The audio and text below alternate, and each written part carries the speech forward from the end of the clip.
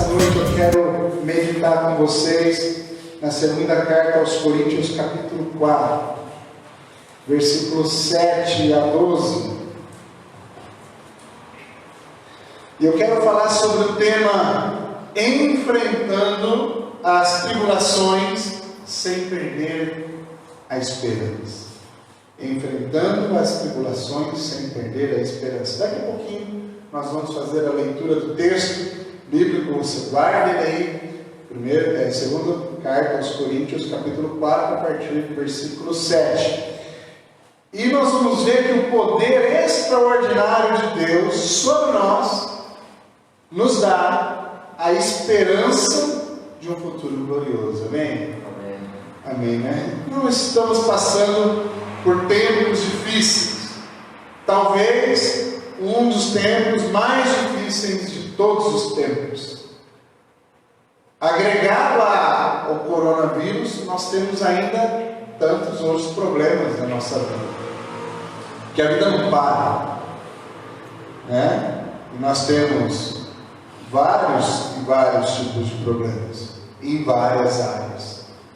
Na palavra de Deus nós também encontramos diversas situações de dificuldades, de provações, de tribulações, e isso com vários personagens. Vou citar aqui alguns, como por exemplo Jó, José, Caleb, Josué, Daniel, seus amigos, Elias, Jeremias, o próprio Jesus, Estevão, o apóstolo Paulo. Eu quero parar aqui no apóstolo Paulo e dizer que este é um dos personagens que eu mais aprecio, que eu admiro e que me identifico, não porque sou parecido com ele, mas talvez porque a gente tem o mesmo nome, mas também por conta do temperamento, da vida dele e o exemplo que ele traz para mim e que me motiva a ser parecido. Mas isso, estamos longe, pelo menos eu, não sei você, mas estamos longe de ser parecidos com o apóstolo Paulo. O importante é que nós façamos como ele, esquecendo das coisas que ficam para trás, nós prosseguimos para o alvo. Porém, aqui no capítulo 4 da segunda carta aos Coríntios, o apóstolo Paulo fala que o seu ministério é cristocêntrico. Ele afirma que o seu ministério existe pela misericórdia de Deus. Aliás, nós somos cristãos pela misericórdia de Deus. Nós conhecemos a Cristo pela misericórdia de Deus. E ele tem um ministério pela misericórdia de Deus. Ele fala também, ali nos primeiros versículos, que ele rejeita as coisas ocultas e que não distorce a palavra de Deus para benefício próprio. Ele fala que ele é transparente, sincero, verdadeiro e que tem boa consciência diante de Deus e dos homens. Viver o Evangelho não é um mar de rosas. Nunca foi. Obviamente, temos dificuldades. Vemos claramente aqui nos versículos 3 e 4 que as pessoas possuem dificuldades para aceitar o Evangelho, para aceitar a Cristo, por causa de uma cegueira espiritual. Diz o texto que o Deus deste século cegou a mente, cegou o entendimento dos incrédulos, para que eles não vejam, na verdade, para que eles não entendam a luz do Evangelho da glória de Cristo. É por isso que as pessoas rejeitam o Evangelho, é por isso que as pessoas não querem o Evangelho. Portanto, o problema não está na pregação, não está na mensagem do Evangelho, que é o poder de Deus para a salvação da humanidade, de todo aquele que crê. O problema está nos ouvintes, em mim e em você.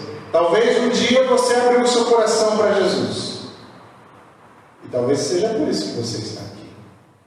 Mas talvez você ainda não abriu o coração para Jesus, e você também está ouvindo aí de casa. Talvez você ainda não abriu o seu coração para Jesus. E diz a Bíblia que quando nós não fazemos isso, nós estamos numa situação de cegueira espiritual. Nós não conseguimos enxergar e entender os projetos de Deus para as nossas vidas. E essas palavras do apóstolo Paulo revelam um pouco do seu caráter como cristão e como servo de Deus, mas revela principalmente o poder extraordinário de Deus. E então dá a entender o seu pensamento, toda a sua escrita, a sua filosofia de vida, quando ele disse, por exemplo, que o morrer é lucro e o viver é Cristo. Aí a gente consegue entender por que ele disse isso. Nós conseguimos entender porque ele disse que todas as coisas, ele pode todas as coisas naquele que o fortalece, referindo-se a Cristo. Paulo reconheceu que por Cristo ele era fortalecido e a graça dele era suficiente em sua vida. O poder de Cristo aperfeiçoa na fraqueza. É por isso que o apóstolo Paulo se gloriava nas fraquezas, a fim de que o poder de Deus tivesse ação sobre a sua vida. E ele disse também, quando sou fraco, é que sou forte. É o que Paulo disse depois do não de Jesus. Quando ele pede para Deus, tira de mim, retira de mim o espinho na carne. E Jesus falou assim para ele, não, porque a minha graça te basta, porque o meu poder se aperfeiçoa na sua fraqueza. Porque quando você estiver fraco, você vai me procurar. Porque quando você está fraco, você vai confiar em mim, você vai depender de mim, e isso vai te servir como lição. O apóstolo Paulo entendeu que isso seria bom para ele. Pensando nisso tudo, nos desafios do corona e nos demais dilemas que nós temos na vida, várias áreas, e tudo aquilo que nós vimos do apóstolo Paulo é porque eu quero refletir nesse texto dessa noite. Agora sim, a partir do versículo 7 até o 12, faremos a leitura. Temos, porém, esse tesouro em vasos de barro, para que o poder extraordinário seja de Deus e não nosso. Sofremos pressões de todos os lados, mas não estamos arrasados. Ficamos perplexos, mas não estamos desesperados. Somos perseguidos, mas não desamparados. Abatidos, mas não destruídos. Trazendo sempre no corpo o morrer de Jesus, para que também a sua vida se manifeste em nosso corpo. Pois nós que vivemos somos sempre entregues à morte por causa de Jesus, para que também a vida de Jesus se manifeste em nosso corpo mortal, de modo que em nós a tua morte, mas em vós a vida. Uma comparação bem sugestiva, versículo 7. Diz o texto: temos um tesouro em vaso de barro. Ora, se você tivesse um tesouro, você guardaria num vaso de barro? Iria guardar talvez um cofre, num lugar mais seguro. Mas o texto diz: temos um tesouro em vaso de barro. Os vasos de barro são simples, frágeis, baratos, quebradiços, que não têm valor intrínseco, que é substituído, é barro, que praticamente ninguém dá valor, a não ser o oleiro, que trabalha o barro.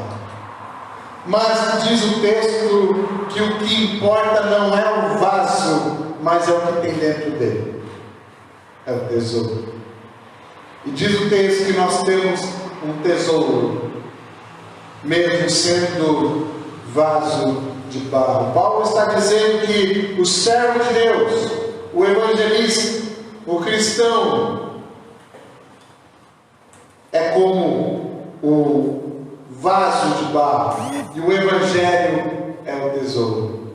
O tesouro de Deus que está em nós é o evangelho. É o conhecimento do evangelho. É o conhecer a Cristo. Não há tesouro maior do que conhecer o evangelho e pertencer a Cristo. Nós temos como tesouro o conhecimento do evangelho, mas não é o homem o mais valioso, o mais importante. É mais importante o evangelho, a mensagem das boas novas. O vaso não pode roubar a glória do tesouro.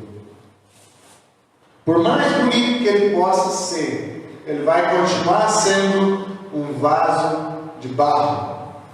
Assim como, pensando numa moldura de um quadro, ela não pode roubar a beleza da pintura. A moldura não pode chamar mais atenção do que a pintura, a beleza da pintura do quadro.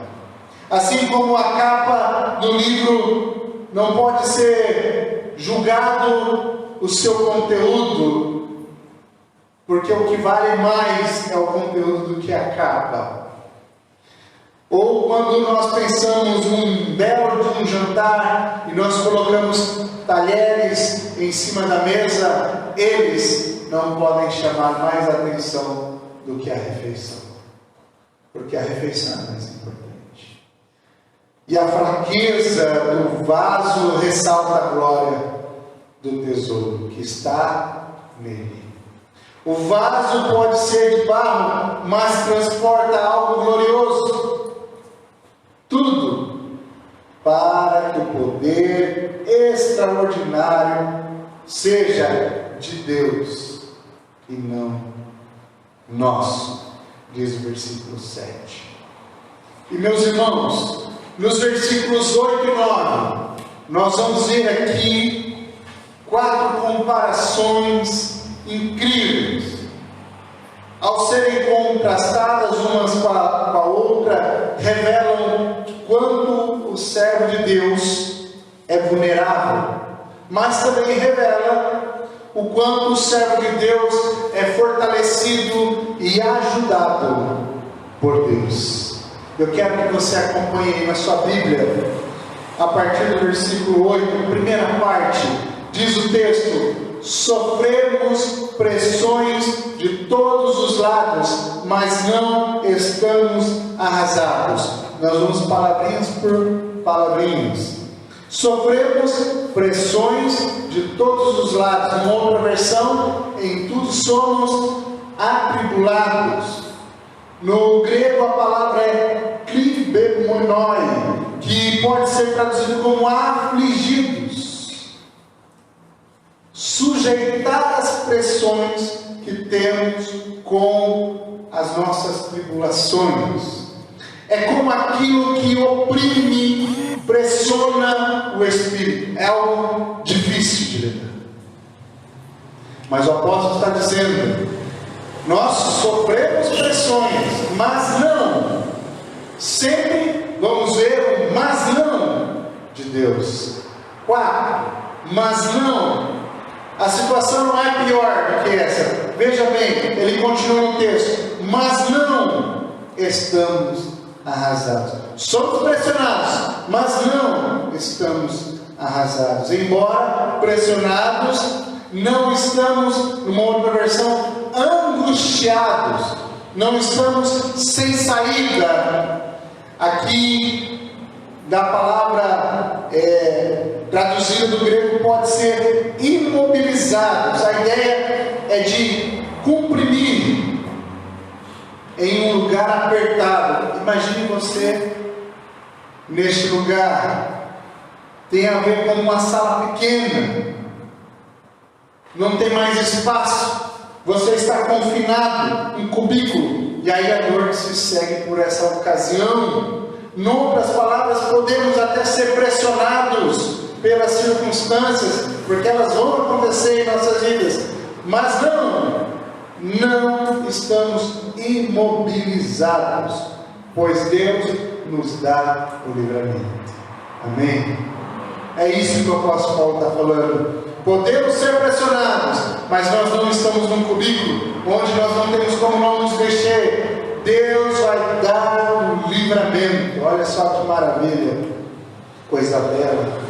O apóstolo Paulo nos incentivando a entender que o poder de Deus em nossas vidas nos traz esperança. Veja agora o segundo, a parte B do versículo 8.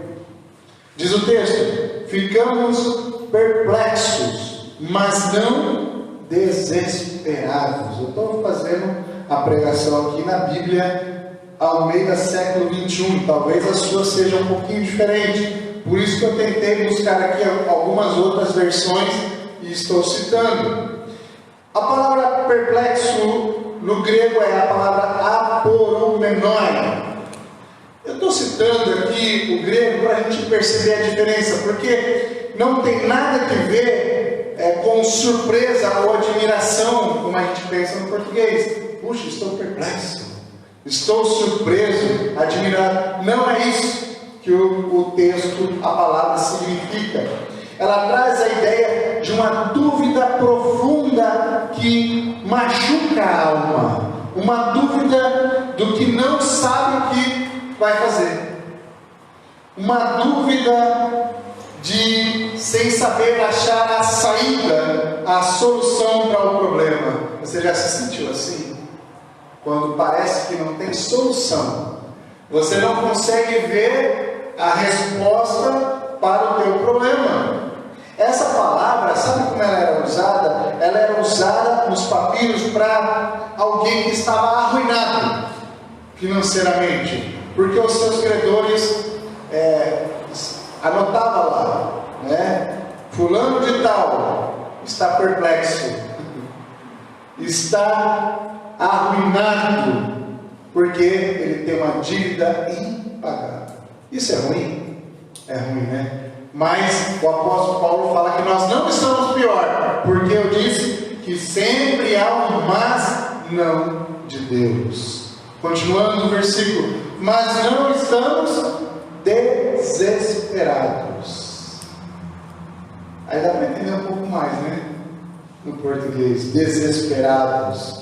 E é interessante que a mesma palavrinha do perplexo no grego, a única diferença é que tem um exa na frente, e ele traz a ideia de ampliação,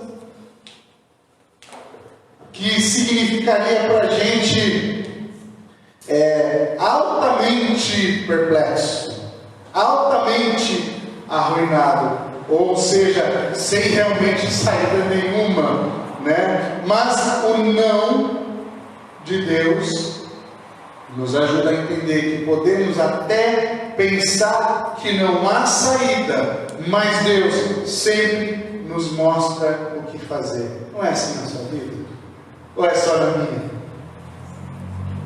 É na sua também, é na sua também, porque quando nós estamos em situações onde parece que não há saída, de alguma forma, Deus coloca uma pessoa, Deus coloca alguma palavra, algum louvor, algo acontece em nossas vidas que sempre vai mostrar uma saída. Deus nos dá um escape. É isso que o apóstolo Paulo está dizendo. Nós podemos estar ali em uma situação difícil, mas não desesperados. Terceiro, versículo 9. A parte A diz: somos perseguidos, mas não desamparados. Somos perseguidos. Mais uma vez aqui, pesquisando, a palavrinha é a palavra diokomenoi. É difícil falar algumas palavras, né? Mas é essa mesmo, diokomenoi, que significa perseguir ferozmente.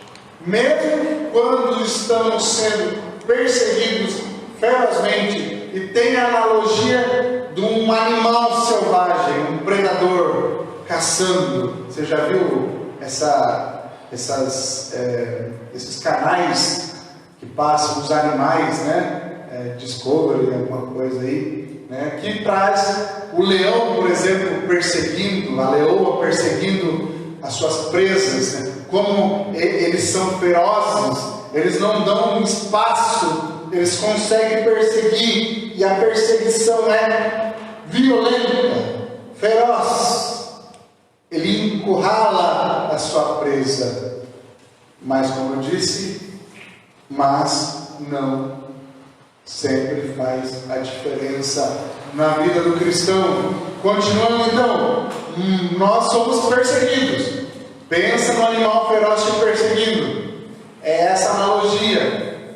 Mas não estamos desamparados. A palavra aqui pode ser traduzida por: nós não somos abandonados. Nós não fomos e nós não estamos. Nós nunca seremos abandonados. Essa é a ideia. Traz a ideia de desertar, abandonar, como um soldado que abandona o seu companheiro na guerra, na batalha, ou simplesmente quando nós abandonamos alguém quando ela mais precisa da gente. Esse é o significado da palavra. O que o apóstolo Paulo está dizendo assim: eu posso ser perseguido como um animal feroz persegue a sua presa, nos abandona. Isso é promessa de Deus. O quarto, parte B do versículo 9 diz: abatidos, mas não destruídos. Somos abatidos, que significa lançar abaixo. A palavra é katabalumenoi. Desculpem enroscar aqui um pouquinho, mas olha só, essa palavra ela tem um significado muito peculiar, porque ela é usado em jogos esportivos.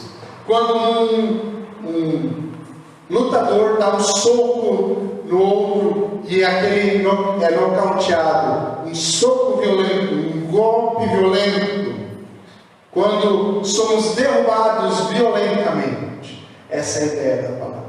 Isso faz toda a diferença para a gente entender que quando o apóstolo Paulo está sugerindo essas palavras, ele fala algo muito grave, mas ele fala negativamente algo que nós não vivemos, que é bem pior do que a primeira palavra. Então ele fala que eu posso até ser nocauteado, mas eu não sou destruído. E aqui traz a ideia de perecer, morrer. O apóstolo Paulo quis dizer: posso ser golpeado violentamente, mas não estou morto, ainda estou vivo. Antes que o árbitro então conte até 10, eu vou me levantar da lona e estarei pronto para prosseguir a luta. É mais ou menos isso que o apóstolo Paulo está querendo dizer, que não tem nada acabado. Você talvez pode pensar que chegou o fim, mas não chegou. Se você confia em Deus, se você entrega a sua vida para Deus, eu vou te dizer, com as palavras do apóstolo Paulo, não está acabado.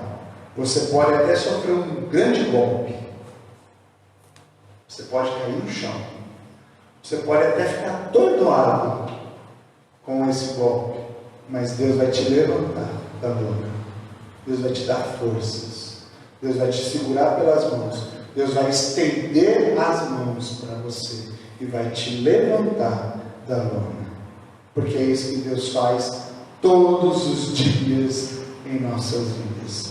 Deus então nos dá um livramento, Deus nos dá um escape, Deus não nos desampara, Deus nunca nos abandona, Deus nos levanta. Assim é a vida do cristão. Por isso que o apóstolo Paulo também diz nos versículos 10 a 12: trazendo sempre no corpo o morrer de Jesus, para que também a sua vida se manifeste em nosso corpo, pois nós que vivemos somos sempre entregues à morte por causa de Jesus, para que também a vida de Jesus se manifeste em nosso corpo mortal, do modo que em nós atua a morte, mas em vós a vida. E agora você pode ter uma identificação bendita com esse texto, porque primeiro o apóstolo Paulo faz o contraste do vaso com o tesouro, depois ele faz aquele jogo de palavras que nós vimos agora há pouco, 4 analogias, e agora ele faz um contraste entre o mestre e o servo. O servo traz no seu corpo as marcas de Cristo. Ele não é maior do que o seu Senhor, mas ele se refere ao Senhor. As marcas, as provas de que a pessoa é um legítimo servo, ministro, verdadeiro, genuíno, são as suas marcas. Não são as suas condecorações, não são os seus elogios recebidos neste mundo, mas as suas escoriações, que marca a alma. Aquele de fato é um verdadeiro cristão. Ele vive por mim. São as dificuldades da vida que nós aprendemos, que nós amadurecemos, que nós glorificamos a Deus. A morte de Cristo em nós nos faz viver para Ele, sem reservas, sem limitações.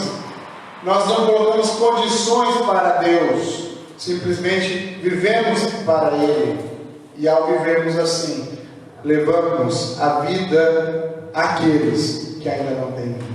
Por isso que o texto termina dessa forma, versículo 12: de modo que em nós a tua morte, pode ser que eu até morra por conta do nome de Cristo, mas em vós achará a vida, porque a minha morte, o meu sofrimento, a minha dor, de alguma maneira resultará em glória e honra para o nome de Jesus.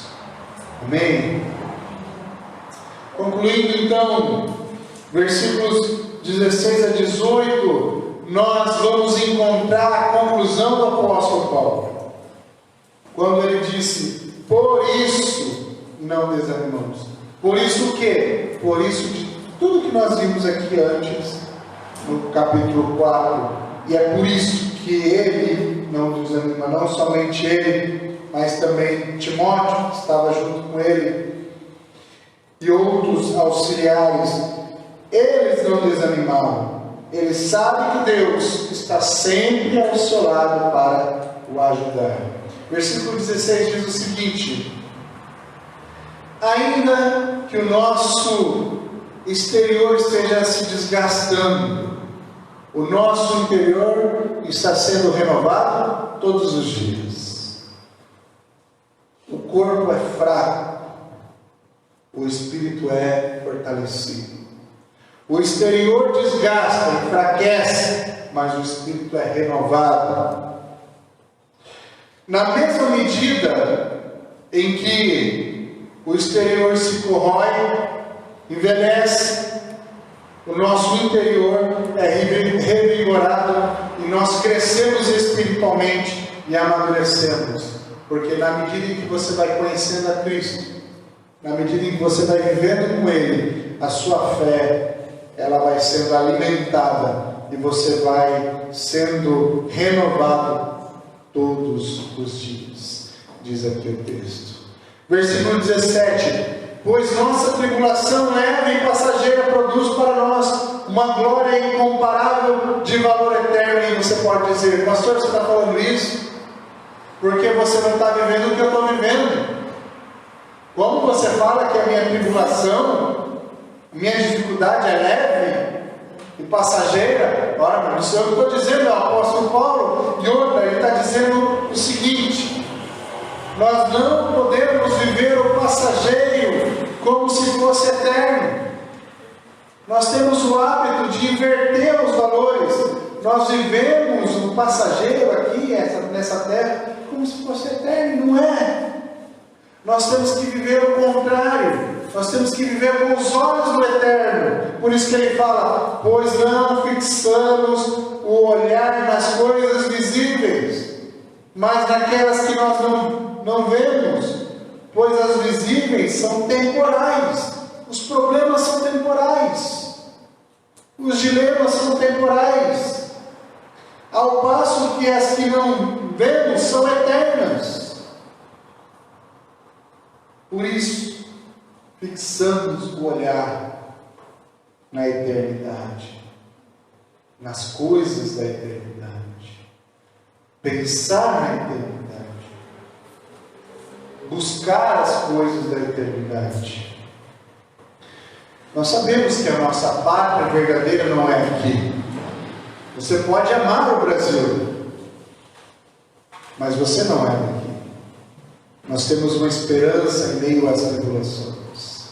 Jesus disse certa vez: porque onde estiver o seu tesouro, aí também estará o vosso coração. E se o seu tesouro estiver nas coisas dessa terra, puxa, coloque os seus tesouros nas coisas eternas. E é por isso que nós vamos cantar agora mais uma música. E eu quero ministrar ao seu coração, tanto aos que estão aqui, como aos que estão em casa. Enfrentar as tribulações sem perder a esperança. Porque o poder extraordinário de Deus sobre nós é que nos dá a esperança de um futuro glorioso. Mesmo que o presente seja totalmente difícil de lidar, sabemos que na eternidade tudo será diferente e melhor. Vamos adorar o Senhor. Vamos ficar em pé e adorar o Senhor. Eu vou convidar você, é no seu lugar mesmo. Só você e Deus vai saber. Se você quiser colocar a sua vida diante de Deus, você vai orar. Conforme nós vamos cantando aqui, nós vamos adorando o Senhor. Depois eu quero orar por você. Coloque os seus problemas, as suas dificuldades nas mãos do Senhor.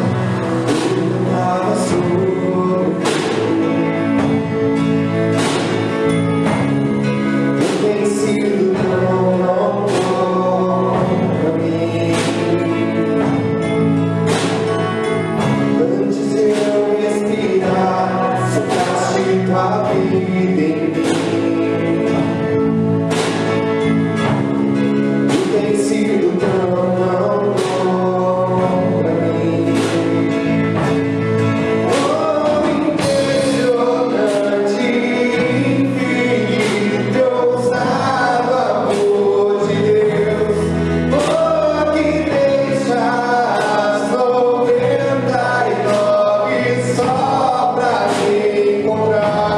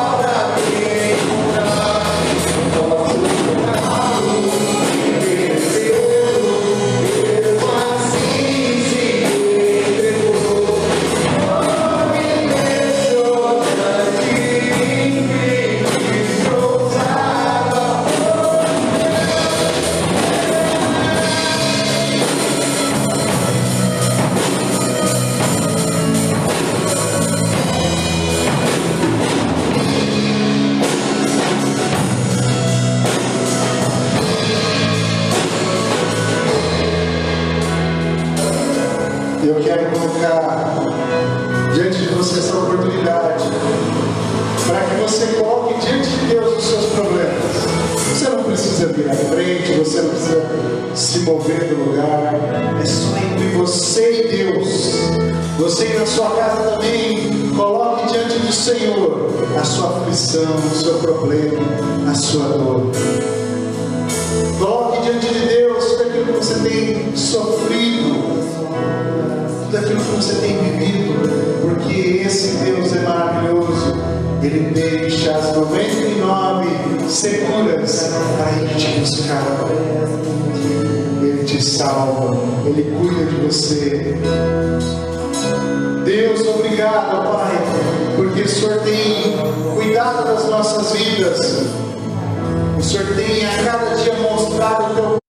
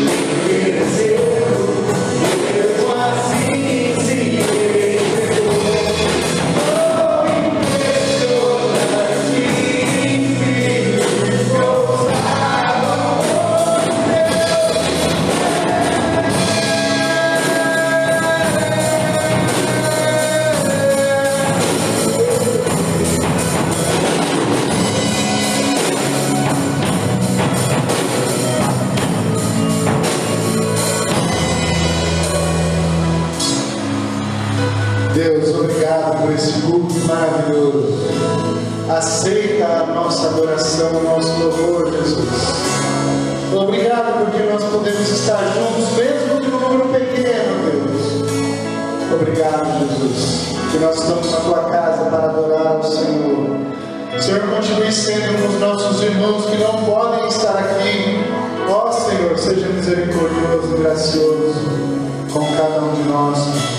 Pai, que o Senhor venha intervir nessa doença e acabar com ela de vez, ó Deus, para que possamos seguir as nossas vidas, mas que acima de tudo, ó Pai, que cada uma dessas situações seja motivo de glória para o Teu santo nome, ó Deus. Que as pessoas possam conhecer a Ti através deste momento, porque o Senhor usa os momentos difíceis para nos levar a momentos bons. O Senhor nos tira das trevas e nos leva para a maravilhosa luz. Deus nos dê uma semana abençoada diante da Tua presença, ó Pai, e nós nos despedimos em paz, em alegria, sabendo que o Senhor já está cuidando de nós. Essa é a nossa esperança, em nome de Jesus. Amém e amém. Pode sentar, nós vamos ouvir o pós-lúdio e daqui a pouco encerraremos o culto.